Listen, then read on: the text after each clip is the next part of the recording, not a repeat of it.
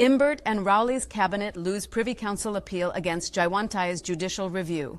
Another loss for Prime Minister Dr. Keith Rowley.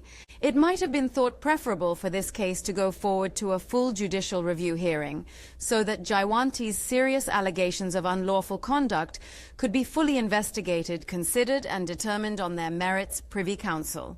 London, UK, January 28, 2025.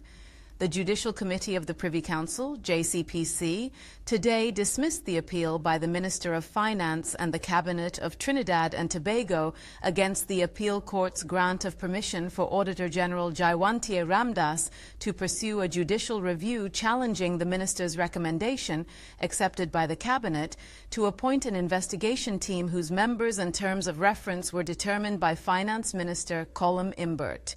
The investigation team was mandated to report on the conduct of the Auditor General in response to an understatement by the Ministry of Finance of revenue of $2.6 billion in the public accounts for the financial year 2023.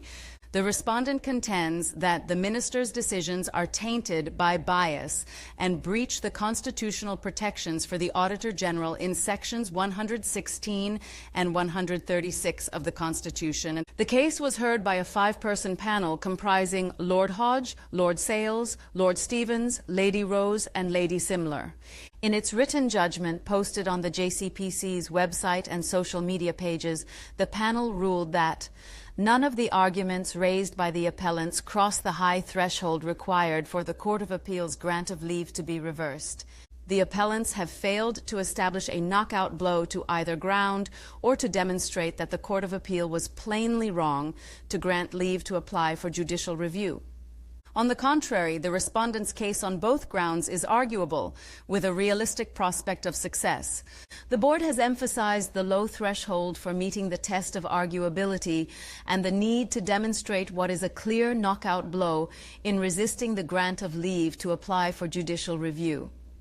The significance of this is that a public body seeking to resist the grant of leave for judicial review of its acts or decisions ought generally to be able to demonstrate a knockout blow in a summary way without the need for extensive investigation of an argument on the knockout point relied on. In a case such as this, where wider questions of the public interest may have some bearing on whether leave should be granted, it is unfortunate that the so-called knockout blow relied on by the minister has not only led to extensive argument in the domestic courts, but also to this second appeal. It might have been thought preferable for this case to go forward to a full judicial review hearing, so that the serious allegations of unlawful conduct made by the respondent could be fully investigated, considered and determined on their merits.